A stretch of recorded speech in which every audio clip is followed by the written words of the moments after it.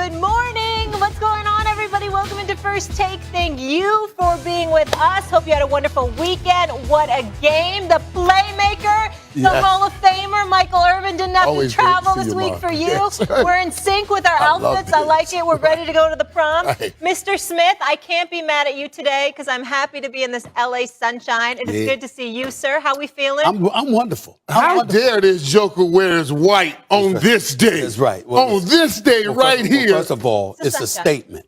It's a statement. Whoa. I went outside. I went outside in LA yesterday, and it was 90 degrees. So I went like this. I'm here. It's LA. I'm here. And I had to make that kind of statement. You know who else put on a statement? Not just the Arizona Cardinals. Who put on the statement? Cowboys. We'll get into that in just a bit. Really? Okay, but this one, gentlemen, had all the hype, all the storylines, a 20-year reunion, go versus go. Brady's much anticipated return to Gillette was not the beatdown many expected, like myself. TB12 didn't throw a single touchdown pass, and his team's 19 points scored were the lowest output in a game this season, but they still got the 2-point win, dropping New England to 1-3. Here's Tom and Bill. All those are personal, so we've had a personal relationship, and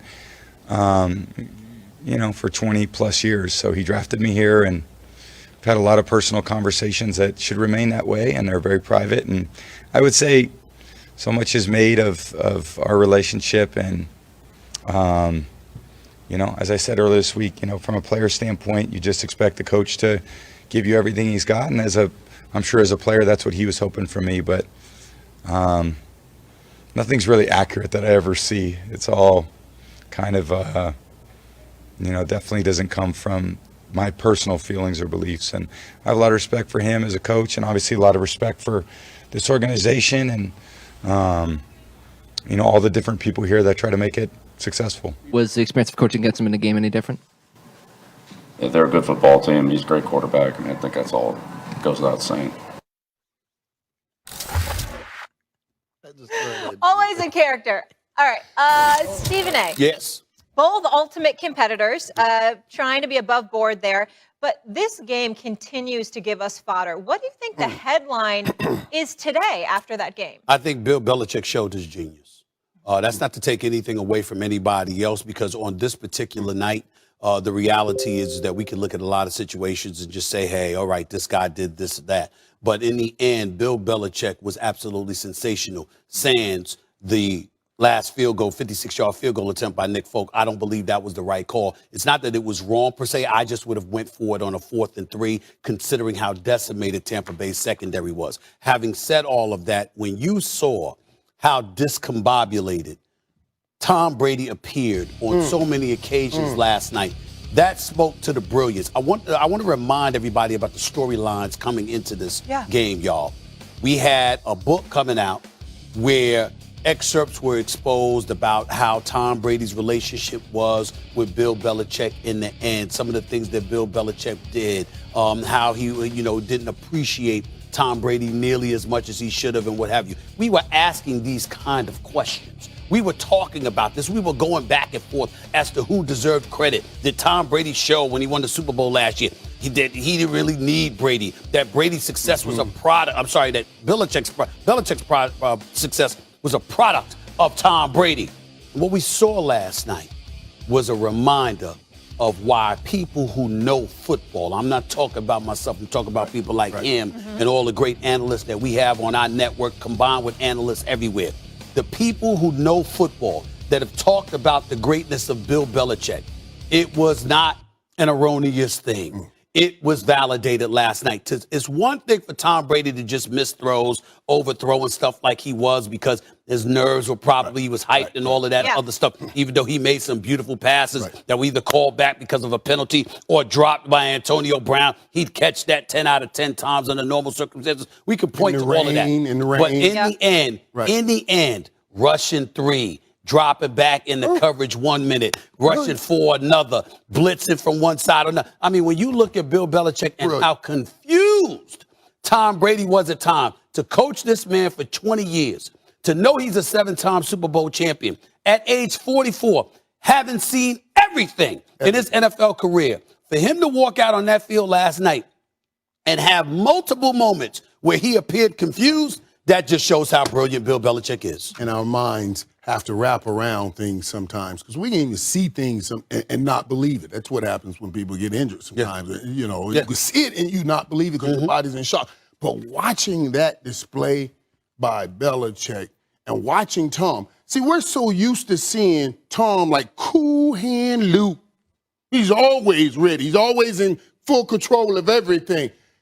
Last night he wasn't. And it was incredible. It was incredible, like you described, to watch. But I think coming out of this game, what you get, you're wearing white. You know, I thought you could wear black because this was a funeral. This laid to rest all of the Tom Brady stuff in New England. Not saying you can't appreciate him. Not saying you don't love him. Not saying you don't thank him for those 6 Super Bowls that he gave New England. But now it's time. And you can possibly move on. You know what? So difficult in life when something's ripped away to heal from a ripping. You rip this paper, no way you can put it back together. That's why the great surgeons, they carefully just make a little cut so you can heal properly. Right now, the New England Patriots fans can start healing properly because Mac Jones was the story last night. Are you joking? Okay, folks, send the kids out the room. This is grown folk talk. This is grown folk talk. Send the kids out the room. I don't want anybody writing my office. Lord. I don't want anybody writing my office saying anything. But I'm going to tell you, if I'm Mac Jones, I'm taking this kicker. We going in the back room, and I'm going to whoop his ass. Are you joking? I got a chance to beat Tom Brady right here. Are you joking? I could have beat Tom Brady. I could have, you know what kind of rocket it's going to be for my career to say when Tom Brady returned home that I came in here and beat him. I threw 19 straight completions to beat him. I threw 19 straight. The largest age gap between quarterbacks since the 1950s. And this young man showed up and showed out. Hold on. Will you stop it? Yo, you got to give him his love. Wait a minute. You got to give him his love in this, man. I'm not debating. Oh, my God. In that moment, Stephen A., that's a big moment. I'm not debating the love. Hold on, Molly. I'm not debating the love that Mac Jones deserves, y'all. Hold it. I'm saying, how dare you sit up here and blame Nick Folk? It's 56. Listen, it's a 56-yard field goal. It's against the wind. Rain is coming down heavily, all right? And it's a 4th and 3. Who Mac Jones should have a problem with is Bill Belichick taking the ball out of his hands to give it to the field goal kicker. And by the way, it was 59 seconds left on the clock. If Nick Folk, even if he made it, Tom Brady, all he needs is a field goal to win with 59 seconds left. Who thought he wasn't going to get that? Come on now. You don't give him that amount of time. I'd rather that be the storyline. Okay. Because I, as Mac Jones, I just Tom Brady. I just Tom Brady. Evidently not good enough. I made this drive. I got it right here. You're telling me about the elements and the circumstances and the challenges that the kicker had. I'm a rookie. I'm coming here replacing an all-time legend. I ain't thinking about his elements and circumstances. I'm dealing with mine. And I came in here. I kept my nerves cool. I delivered 19 straight. I threw for over 200 yards. I did everything, and you blew this by kicking. Man, I'm going to whoop you up. No. I'm just so upset about that, man. Oh, my God. Because you always blame kickers. Because that's what you do. You always blame kickers. That's what you do. That's what you do. I don't always blame kickers. Excuse me. I just don't do this right. You don't always blame kickers. Don't let me go to the archives now. I know plenty of occasions when you called out kickers. But let me tell you something right now, and it's rare that you call out a coach. I'm looking at it like this. Bill Belichick's genius is not to be denied. It's not to be denied. I'm just talking about one decision. The only issue I had with him was one decision. You've got Bunting is out, okay? You got Dean, he's out. I forgot who else was out. And by the way, you got Richard Sherman straight off his couch. Straight off his couch. He comes to the Buccaneers. What does he say? I'm going to need 2 weeks. He arrived like Wednesday. He said what? What did he say? I'm going to need a few weeks. What did they give him? 5 days, and he played all but one snap. Their secondary was decimated. New England was moving the football. They were going after their secondary because they knew they were suspect. And Bill Belichick decides that rather they go for it on a 4th and 3, I'm going to give the ball to Nick Folk in 50 for a 56-yard field goal with rain coming down, wind all over the place. My God. Why would you do that? Oh, my God. Why would you do that? Listen, you keep telling me about all of these things. None of them amount to what Mac Jones was facing in that situation. And now, He played well. Did he play well last night? Did he play well last night? Wait. Did that field goal make it? Was that field goal? Did it have enough distance? Yes. So wait. So it was within his range. So all we're asking you is to get it between the goalposts. Now, if it had fallen 3-4 yards short, then I can run with you on this. That was a bad decision. Bill made him kick a field goal that he couldn't even make. He could make this. He just missed this. And that young man showed up and showed out, and you got to give him his credit. And that was a funeral for Tom Brady. I mean, the greatest quarterback to ever live. But right now, what New England fans got, they have hope. They have hope in moving forward now. Michael's headline is Mac Jones. It's not Bill or Brady. It's the funeral for Tom and that relationship. Well, in that relationship, they can start healing. They can start healing. Bill Belichick's genius, and that is his headline today. And I love his genius another too now. headline for you. That would be Ezekiel Elliott and the Dallas Cowboys. Michael, he's back, ran all over the NFL's #1 defense. Stephen A. Zeke put up 143. Dak threw 4 TD passes. Cowboys beat the Panthers 36-28. Dallas now 3-1. Just that one close loss to the defending champs in Tampa week 1. Here's Dak. We want to be the best, and we want to win, and we want to win late in the year, and we want to go play in the last game out in California. And so we got to continue to build on this culture week in and week out. No matter what situation we are in the game, we've got to lock arms and just trust our brotherhood and everything and all the commitment we've had up to this point, and continue to grow and continue to get better. Michael Irvin. Michael Irvin. Wait to ask you a question. Was this a statement win for the Dallas Cowboys against the best defense in the league? Well, let me tell you why. Let me tell you absolutely yes. And let me tell you something. Oh, my goodness. After the game, you know, right before the game, I'm sitting around and I'm studying and I'm watching. I'm with my boy Gene in L.A., right here in L.A., and we're talking about, he's like, Mike, man, I don't know. I just don't know. I want to believe in the Cowboys, but I don't know. I just believe something going on. I said, hey, wash your brain. That Stephen A. He has stained your brain. You need it washed. He talking about, I don't know if I can even believe in him all the way because I just believe something going out.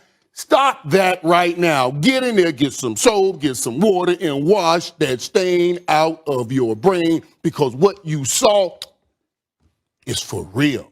Yeah. It's for real. We talked about how Dak Prescott has been playing and leading a group. But the one thing everybody wanted to, and I know I just talked about a funeral, the one thing everybody wanted to have a funeral for, the one person, was Ezekiel Elliott. They said the run game was dead. The Cowboys, they can't run the ball anymore. Zeke is dead. Lies. Y'all tried to come in here and drop that Pollard stuff and put pollution about for the Cowboys. Yes, you did. Yes, you tried that. But Ezekiel Elliott showed up yesterday and showed you why. I'm not just talking about the 143 yards he ran for. I'm talking about the way he ran, the physicalness in which he ran sets the tone for a football team, not just in that game, but moving forward. And then the defense stepped up and took away the ball, interception after interception. Hey, Diggs, and I heard Ryan Clark said it earlier, I said it already, Diggs is absolutely the MVP, defensive MVP of the NFL season right now. That young dog, those two young dogs they got on defense are just beasts, man, with Michael Parsons and Trayvon Diggs. Man, the Dallas Cowboys look absolutely spectacular, Stephen A. And I haven't been here for a while, so we've got 2 victories since I last saw you. And you walking up here in a white coat like you getting married and you happy today. Are you out of your mind? I'm the one that should be in a white coat because me and the Cowboys are at the altar of the Super Bowl. Did you say at the altar at the Super Bowl? You saw that performance yesterday. Don't even try. Let me ask you a question. I love this is a statement victory. It's a statement victory, right? Listen, I'm on the record. Carolina Panthers was a team that I looked at and I said, excuse me, at 2-0, this is before they went to 3-0. I said at 2-0, listen, I got love for them. I got love for what I'm seeing from them.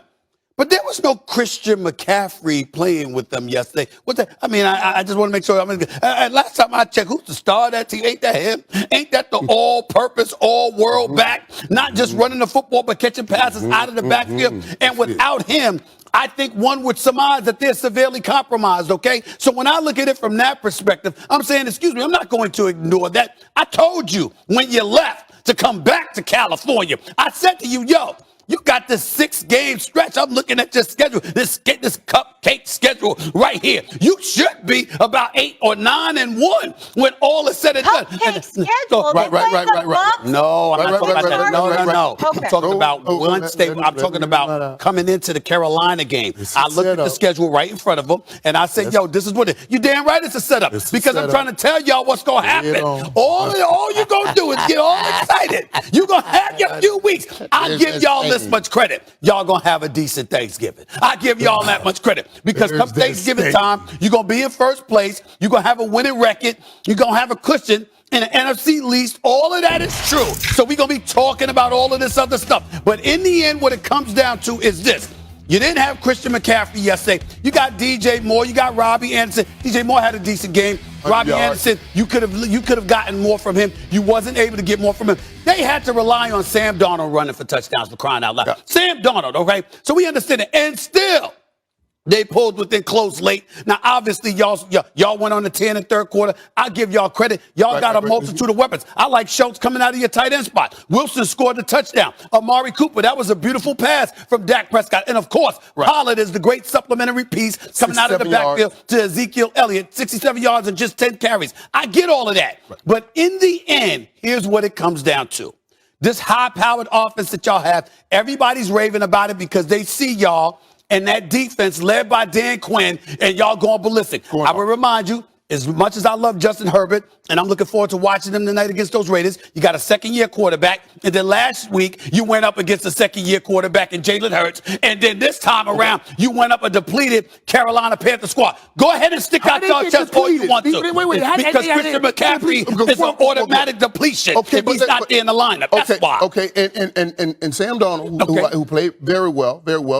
Robbie had some opportunities that he missed. No doubt. But listen, going into that game, Carolina defense was just as good as any defense number-wise that we've ever seen. That's right. They were number one in total defense, number one in rushing defense, number one in passing defense, third down defense, sacks, big plays, and yards per play, and number 2 in scoring defense. And the Cowboys made it look like they were running through wet paper bags. That's what makes in the third quarter. That's the impressive part about it. That was the impressive part. What was the score at halftime?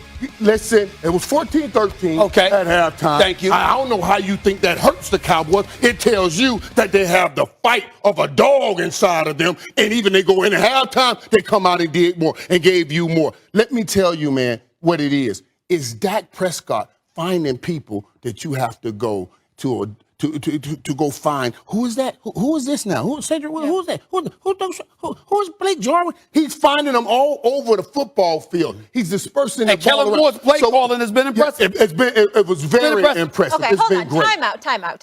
Stephen A. In all seriousness. I'm dead serious. No, in all seriousness. Yes, I'm looking at you. This isn't joking. I understand you don't like Cowboys fans. Hee hee ha ha. This does not feel like a different Dallas Cowboys team It absolutely in a new day. It absolutely feels like a different Cowboys team defensively. Offensively, we walked into the season knowing they high-powered. We knew this. Dak Prescott with Ezekiel Elliott. We didn't. Zeke came off his worst year. Wait a minute. No. Dak Prescott went down in the middle of Game 5 last year. Yeah. A lot of Ezekiel Elliott's lack of success was attributed to that. By the way, on a fantasy level, you should appreciate that, Miss Fantasy Football. Ezekiel Elliott's my running back. Pay attention now. So listen to me. He made me look good yesterday. Y'all sleeping. So here's the deal. No, you double dipping. Hold on. You trying to win on both sides. Here's the deal. Not here though. Fantasy football, absolutely true. Absolutely true. Fantasy football. Not here, no, not at all. But here's the deal. What I'm saying to you is this. We don't need to talk about their offense. Their offense is one of the top 2-3 offenses in the NFL. They're that elite. I get that. The question about them was their defense, and I'm still not believing. Now, here's where, to answer your question, someone. I just told you the cupcake schedule coming up, not to mention this. This is the point that I want y'all to pay attention to. I'm looking at the conference. I can't believe you don't know this about me, Molly. I see Arizona. I see the Rams. I see Seattle gonna come. I see Green Bay having won 3 straight. I'm looking at all of these teams within Tampa, of course. I'm looking at all these teams within the conference, and I'm saying to you, you could talk to me all you want to about the Dallas Cowboys defense. What about when they go against real experienced quarterbacks? What's going to happen then? Let's see what happens. I thought Tom Let's see what happens. Experienced quarterback. It's not like they haven't gone up. And what happened? Did they lose? They got that LA guy. Did they get that L? That's the only L they got. It was the first week of the season. I just told you. And it was without Zach Martin. And that was coming off a major. Justin Herbert, Jalen Hurts, Sam Darnold. Okay. That's your All right, only let's fight get in a right commercial now. break. I can't. Kyler Murray looking like an MVP. The Arizona Cardinals snap an 8-game losing streak to the Rams with a statement win at SoFi and now are in the driver's seat in the toughest division in football. Here's the man of the hour. I understand the hype around this game, division game, haven't beaten them, all that stuff. Every game is important, and that's how I see it, and that's how the guys in the locker room see it. So this isn't the Super Bowl. We're not going to treat it as such. Like I said, we came in here today, executed, and that was, that's that. I like that bomber. Dan Orlovsky, how we doing? Good to see you, sir. I'm doing well. It's great to see you guys. Stephen A. got the bone-in filet on, I see. I like that. Well, don't hate my brother, Mr. Orange Crush. Watch yourself, because that's how it looks. I don't know what the hell you're wearing. That's this how it is looks. rust. I look good and it's appropriate because I'm in LA. I'm in LA rocking what I rock. We're a little summertime we over good. here. But It was 90 degrees here yesterday. I see the fall feels. I'm with you. We're just clashing a little today. We'll work on that when we're back in New York. That's right. Hold on, by the way, to the producers, let me put on my producer hat for a second. Okay. To the producers, the director specifically, be careful about putting Molly on a split screen with Dan. It ain't your fault. You look lovely. But the combination of your outfit with Dan and that orange outfit, you might blind the viewers. So let's be very clear. Let's be very, very clear. We got this. That's right. Stephen A., I'll start with you. Is Arizona the best team right now? I think after week 4, you can legitimately say that at this particular moment in time. I didn't think that was the case last week. I was looking at the Los Angeles Rams after their big-time victory, but to watch Arizona manhandle them the way that they did yesterday, I don't think there's any way around it. You've got this kid, Chase Edmonds, that averaged 10 yards a carry. You got James Conner from the Pittsburgh Steelers in a better situation right now, and obviously in short yardage situations, he's their go-to guy. He's got 2 touchdowns yesterday. You look at the combination of DeAndre Hopkins along with A.J. Green, who's been resurrected, and you see the multitude of weapons that they have with them, not to mention Max Williams. Let's not forget about him. But then I got to come to ultimately Kyler Murray. And what this brother is doing right now, I mean, when are we going to stand up and take notice? I'm looking at Kyler Murray put on an absolute show. The man has already thrown for over 1,200 yards in the first 4 games. He's completing better than 75% of his passes. They're undefeated at 4-0. They've scored at least 31 points in every single game they've played thus far this season. And oh, by the way, their defense looks better as well. So when I look at the balance, when I look at the fact that you've got playmakers on the offensive side, and then I look at a guy that's an incredible dual threat at the quarterback spot, despite how miniature he is in height, I'm looking at it from that perspective, and I'm saying, look the hell out. The Arizona Cardinals are coming. That's not something that I ever wanted to say. Yeah. Because my attitude with Kingsbury, just so you know, playmaker and Orlovsky, I've always been, and you know this about me, Molly, Kingsbury might do a great job. I think he's doing a great job right now. I don't think there's any denying that. And I wish him nothing but the best. I just hated the fact that he got the job coming out of Texas Tech because you were there for 6 years. You didn't prove much, but you landed an NFL head coaching job and you bypassed so many qualified candidates. But there's no escaping the job that he's doing right now and that he deserves credit for it as well. It's special to see, and the Arizona Cardinals look as if they have arrived. Michael, before you jump in, let me say one thing quickly. Do you remember we had Kyler Murray on the set, Steve Day, when he was being drafted, and all the talk was about his height? Yeah, from Atlanta during the Super Bowl. Could he really perform with his height? I mean, at 5'10", and he's proven, he wasn't worried about it at all. No, he was not, and he's proven folks wrong. Right, and I understand, Stephen A., your pushback on the way that all transpired. Now, if they had known they were going to get Kyler Murray and then pointed out and say, hey, I want this guy because he has this offense, I'm going to hire him, and taking that reverse, then maybe you say, okay, because you wanted to invest in the asset of the first pick of the draft. Right. Because the marriage between these two is obviously a great marriage. Right. It's obviously a great marriage. Well, we can see it. If Right. somebody had the foresight to see it prior to us seeing it, then we can see it now. But said with that talent and that offense, we can bring it. Then I wouldn't have an issue with them seeing it that way. Now, I love what Arizona is doing. I love what they're doing. And, Stephen A., you talked about it. You talked about the players, man. A.J. Green, that 41-yard touchdown yesterday, A.J. Green looked like the old A.J. Green. Yep. I mean, he looked like money again. You can see the excitement in his face again playing football in a place where he knows he has a chance of going and doing something farther. But still, I look at the people that they have played. They beat Tennessee. Mm-hmm. They just lost to the Jets. Yeah, right. Yeah. They beat Tennessee. They beat Jacksonville. They lose to everybody. Right. 19 straight. Okay. You. Now they got this great win on their record. Yep. They got this great win, and that's a good win. But to consistently play with the top teams, there were so many opportunities missed. And I know we're talking about the Rams, and I'll save that for the Rams. There were so many opportunities missed in that game. Oh my God. Matthew Stafford missed everybody in that game, wide open. I know why he did it too. Oh, you got some insight that we don't know? Not that you don't know, that you didn't bring up, but it's all right. Go ahead. I'm here to help you. Are you trying to say, the defense took out Cooper Kupp? So, Michael, you're saying Arizona is not the best team. I'm saying we don't have enough intel. Okay. You're saying we're going off of, and I like what Arizona's doing right now. But will I say I'm taking Arizona and making Arizona top team? No, not right now. So we got intel with the Cowboys. We got enough intel. I'm telling you about. Why are you coming in defense, Molly?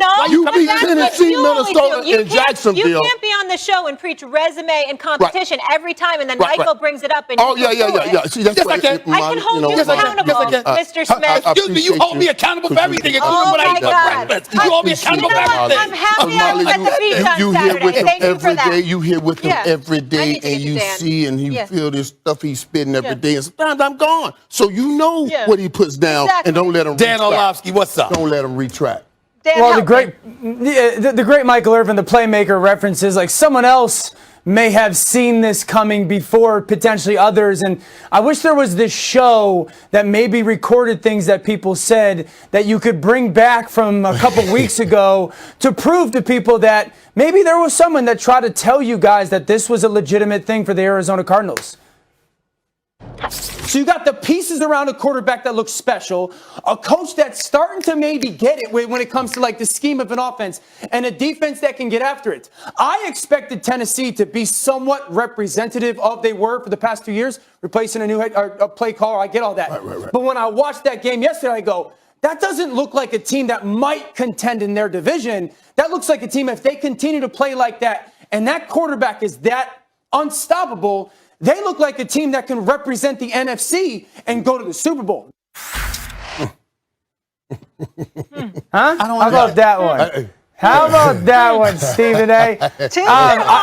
Okay. I think it's hard. I think it's hard to sit here and point to say that there's a team better than Arizona right now. What we've seen from this football team is a defense that takes the football away.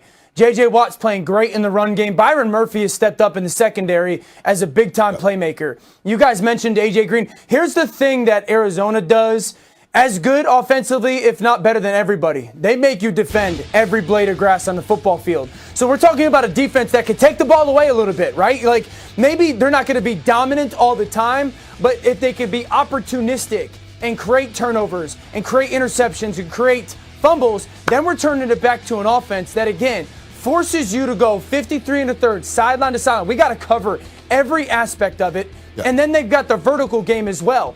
You know, Kyler from the pocket, this is the jump. This is the Josh Allen 2020 jump. That move right there by Kyler was absolutely outrageous, by the way. That 2020 jump that we saw from Josh Allen, we're really watching it kind of play itself out by Kyler Murray. He's incredible from the pocket right now. I don't need to go on national television and rave about what he's doing outside of the pocket, the cute stuff and the great athleticism outside the pocket. He's as good from the pocket as anybody in football right now. They've got so many of these different weapons. They can run the football as well. This is a very, very borderline complete football team. And yeah, they are up there with the best teams in all of the NFL. Well, let's say this real quick. Just throw this out as an aside. The Rams, as impressive as they were the first 3 games of this year, were a flagrant disappointment. Okay. And the reason I'm going to say that, in all seriousness, okay, you can't target Cooper Kupp twice as many times as you target everybody else and think that somebody is not going to figure that out. You got to be versatile if you're Matthew Stafford. And the only reason I bring that up is that you're too experienced to be that transparent. And Arizona figured that out, compromise it, and the Los Angeles Rams are sending the message, if you lock down Cooper Kupp, you got him. You got to fix that if you're Sean McVay and Matthew Stafford. Yes, and they bullied him a little bit yesterday. Make no mistakes about it. They absolutely bullied him. But what's interesting to me is this, that you can see the error in your ways in jumping on that boat on the Rams and then having to jump off that boat of the Rams. I'm not going to tell you about jumping on this Cardinal boat. You know what I mean? Because with what they got coming, you maybe have to jump off that Cardinal boat. Because they got San Francisco, Cleveland, Green Bay, Carolina, and in week 17 they got some boys coming. You know what I mean? So they got some teams that they have to play coming. And this point that you make, greatness is every week, man. It's every week. The Rams give it to you one week. They take it away the next week. Now, the Cardinals have given it to you, and that's why I talked about the people that they are playing against. The Cardinals have given it to you. But will they be able to give it to you every week, week in and week out? After a high emotional win, the Rams won a high emotional win last week, and then they came back and lost. No, I'm not talking about going 17-0. I'm not talking about going 17-0. I'm talking about being able to stabilize. Consistency. Dan, where are you on that, what Michael was just speaking of? Yeah, I think what we're seeing is that in regards to the Cardinals and their ability to be consistent, this is something that we've seen over the first month of the season. I agree with him, but it's always come down to Cliff Kingsbury. And that's the biggest growth for this football team, tied with Kyler Murray's performance as a thrower and their production on the offensive line. But 100% it's about Cliff Kingsbury. This is a team that's going to contend to win this division. This is a team that's going to be into the playoffs. Concerning loss for the Rams, no. Number one, you're not going to turn the football over twice like that early in the football game. And then number two, Matthew Stafford's not going to get outplayed often. Kyler Murray outplayed him yesterday. That will not be the case on a consistent basis for the Rams. Man, Matthew Stafford missed a lot of throws. Yes, he did. Yeah, he did. But again, like you said, big emotional win, and then maybe that has something to do with it. That's consistency. We'll see. Dan, thanks so much for being with us. We'll talk to you soon. Kyler Murray, best completion percentage in the NFL. He's playing ball, man.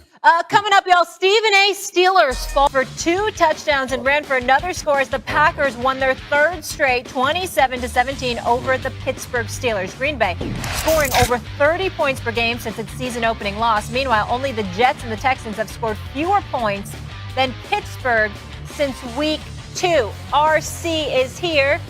Ryan, where are you? There he is. Okay. We got to add another Super Bowl champion to the show here. Shaking his head. Right, good to see you. But I'm going to start with Stephen A. here. Stephen A., what is the bigger storyline? Is it Pittsburgh losing their 3rd straight or the Packers winning their 3rd straight? I'm going to say it's the Packers winning. And the reason why I'm going to say it's the Packers winning is because of a combination of 2 things. Number one, the Packers have resurrected themselves to what we expected them to be with Aaron Rodgers being their quarterback, based on how they've looked the last few weeks. And Pittsburgh is what we thought they were. I'm not going to get into the Steelers too much. I don't feel like crying. I don't want to be depressed. I don't want to go through that. But I do want to cry. I do want to cry because I genuinely feel they're done because Ben Roethlisberger can't move. He can't move. His legs are gone. He's standing in the pocket, no play option. Can't move. Can't step up in the pocket, can't do anything. Can't roll out, can't do anything. Okay? And, missed Juju Smith-Schuster 3 times. Missed Deontay Johnson another time. The Steelers are what we thought they are. A team with a suspect offensive line, with a quarterback who's going to the Hall of Fame and deservedly so, but Father Time is clearly caught up to him. That is not the Green Bay Packers. Aaron Rodgers is the reigning league MVP. And that brother is something special. You saw those 2 touchdowns he threw to Randall Cobb, particularly one when Randall Cobb went in there, zipped that pass to him, and ultimately he scampered in for a touchdown. When you look at Aaron Rodgers and you look at this offense and you look at Jones and Dillon running the football yesterday, and you look at Aaron Rodgers, what is it, 20 of 36, 248 yards, 2 TDs, of course, no interceptions. He is just that special. And when Aaron Rodgers is balling, the Green Bay Packers are a legitimate title contender. You simply can't dismiss them. And that's where they are. As we look at the NFC with Arizona and Tampa Bay and of course, LA, Arizona, Seattle, San Francisco. I look at the entire NFC West. When you look at all of them, you can't summarily dismiss Green Bay against any of them because that man, Aaron Rodgers, is a bad man. It is that simple. And to me, that's the story you walk away with. Since the opening night hiccup, opening day hiccup, opening night, I'm sorry, this brother has been on it.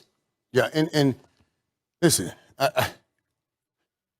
I think you walk away thinking about and talking about just like we're doing those Pittsburgh Steelers and saying, oh, my God. Oh, my God. And here's the thing with the Pittsburgh Steelers and why this is a painful situation, because every now and then you see a little glimmer and your hope rise, but it's just glitter. It's not gold. And when you started that first drive, woof, for his 400th career touchdown, he's beautiful pass. He made touchdown. But that was it. And that's what goes on with the great ones. They can conjure it up every blue moon. One play here, one play there. But you cannot consistently do it. And you don't have a run game that will help you consistently do it. You're asking for this man to do too much to consistently hit Juju Smith-Schuster. Some of those passes, man, I'm going to tell you something. I just feel bad for Ben, because this is the hardest place in the world for an athlete, a superior athlete, a winner like Ben to be in. He's trying to fix it. He's doing everything he can, and he's pulling on everything he has, and he can't get it done because it's not within his bones anymore. It's his greatest asset now, becoming a great liability. He never listened to anybody before when they said he couldn't do it, and he became one of the greatest quarterbacks, but now he needs to listen, and it's time to try to find some way to bow out of this thing, Ryan. I don't know how this thing is going to end. But I told y'all before this thing started, this is bad for Mike Tomlin. This is going to be his first losing season, and him losing 3 in a row. Stephen A. and all you guys said, no way, Mike Tomlin, he's a great coach. And yes, he is. He'll find a way. No, he won't this time. Not with that guy, Ben Roethlisberger, at quarterback.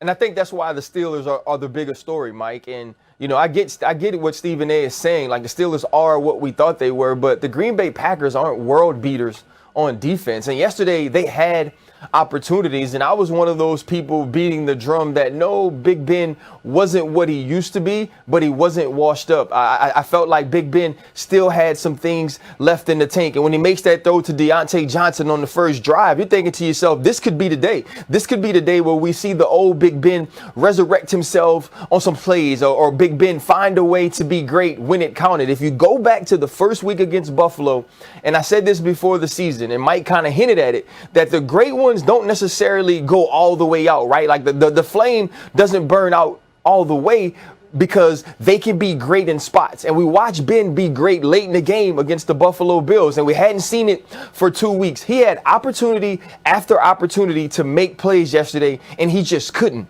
And it's different when you look at someone and you say that they didn't, and when you look at him and say that they couldn't. Big Ben Roethlisberger can't anymore. And so now the Pittsburgh Steelers are put in a position where they have to make a decision.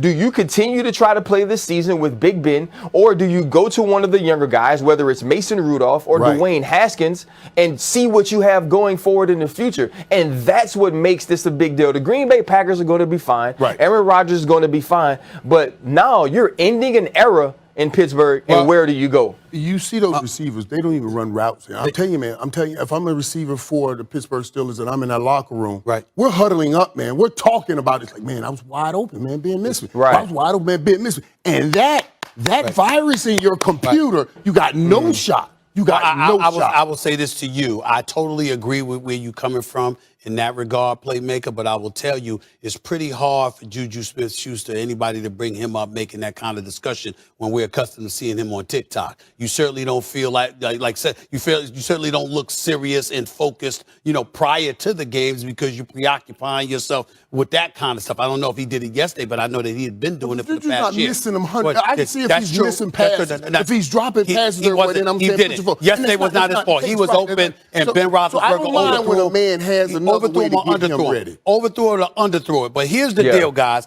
and I'm going to throw out this question to you two NFL guys. There's a part of me that wants to say, no offensive line, even though they didn't play that badly yesterday. They made some mistakes, but they didn't play that badly. No offensive line and a quarterback that clearly is over the hill. And I look at the fact that you got in this situation as an organization. Does Mike Tomlin need more power? Should he have the power to coach and be a GM and pick his personnel? I think he has earned it.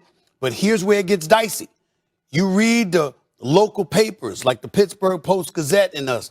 These folks are talking about how they're questioning, Ryan, whether Mike Tomlin is playing the role of enabler because you see what you're seeing from Ben Roethlisberger, and you won't deviate, and you've given every indication that you're not about to deviate from him, away from him.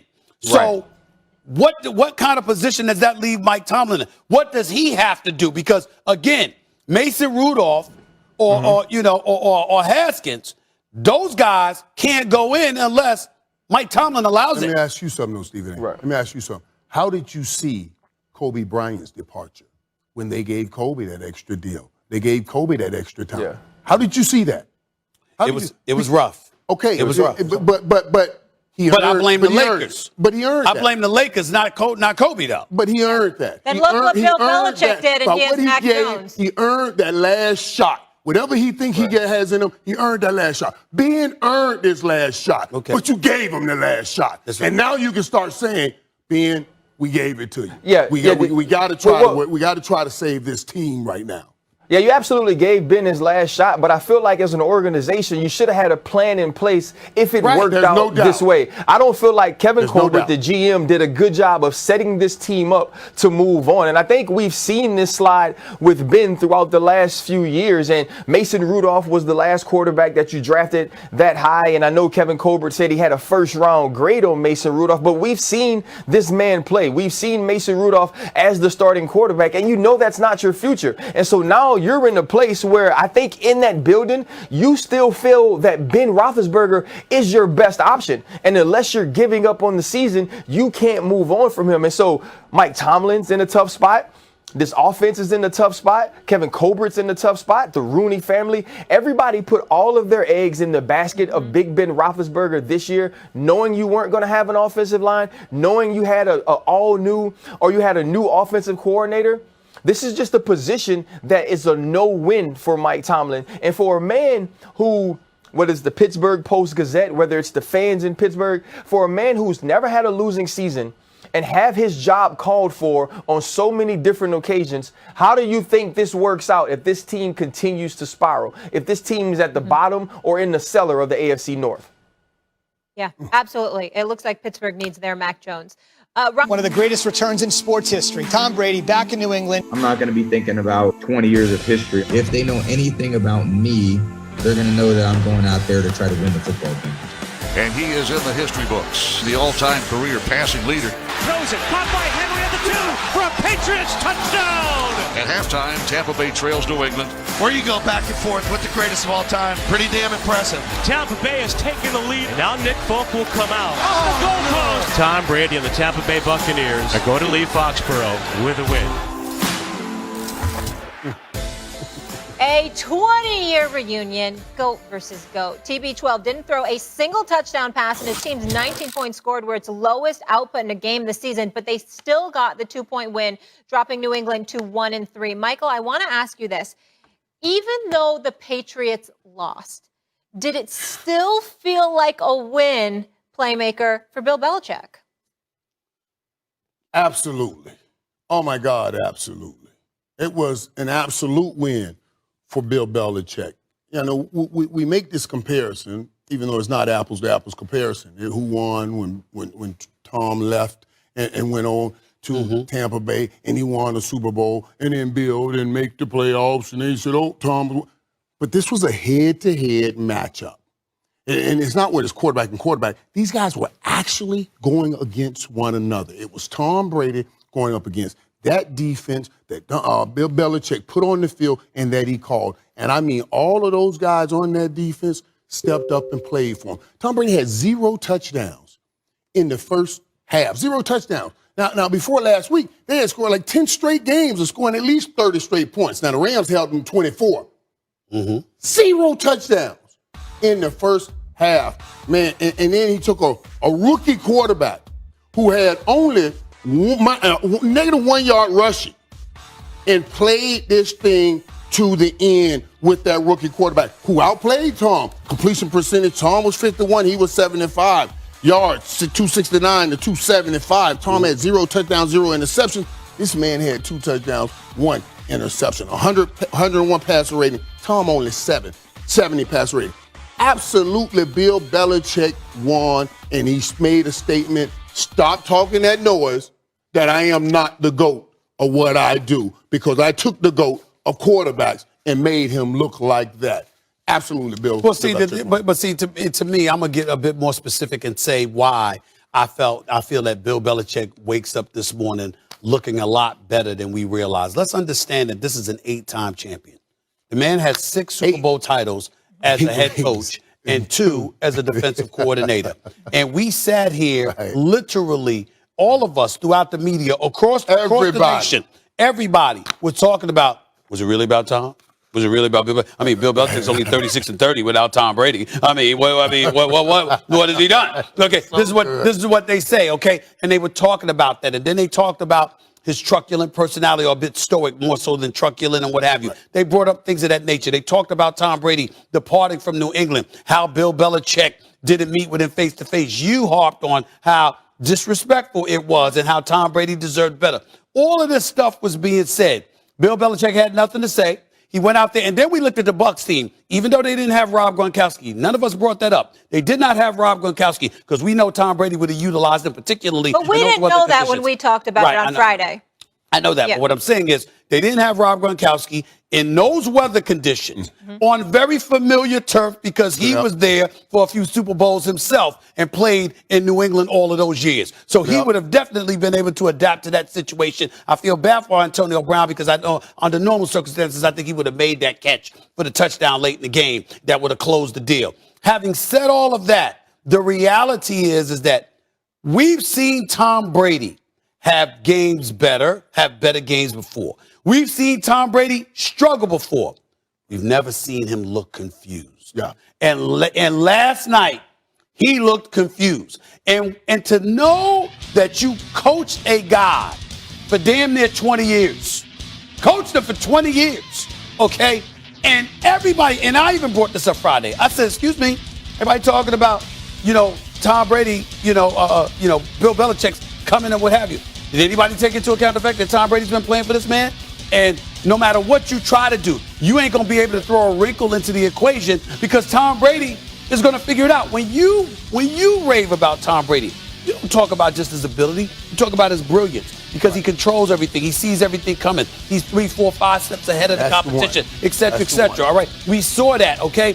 And last night, the brother looked confused sometimes. And if there's anything that is a testament to the greatness of Bill Belichick, if you can confuse Tom Brady, not just confuse Tom Brady because of his greatness, but because you coached him for 20 years and you could still find it to confuse him, that just shows me the brilliance of Bill Belichick right there. Right, and it's confusion after confirmation. Let me tell you what I mean by that, because people will be on Twitter, Stephen. What do you mean look confused last year? Yeah, last year he was in a new offense.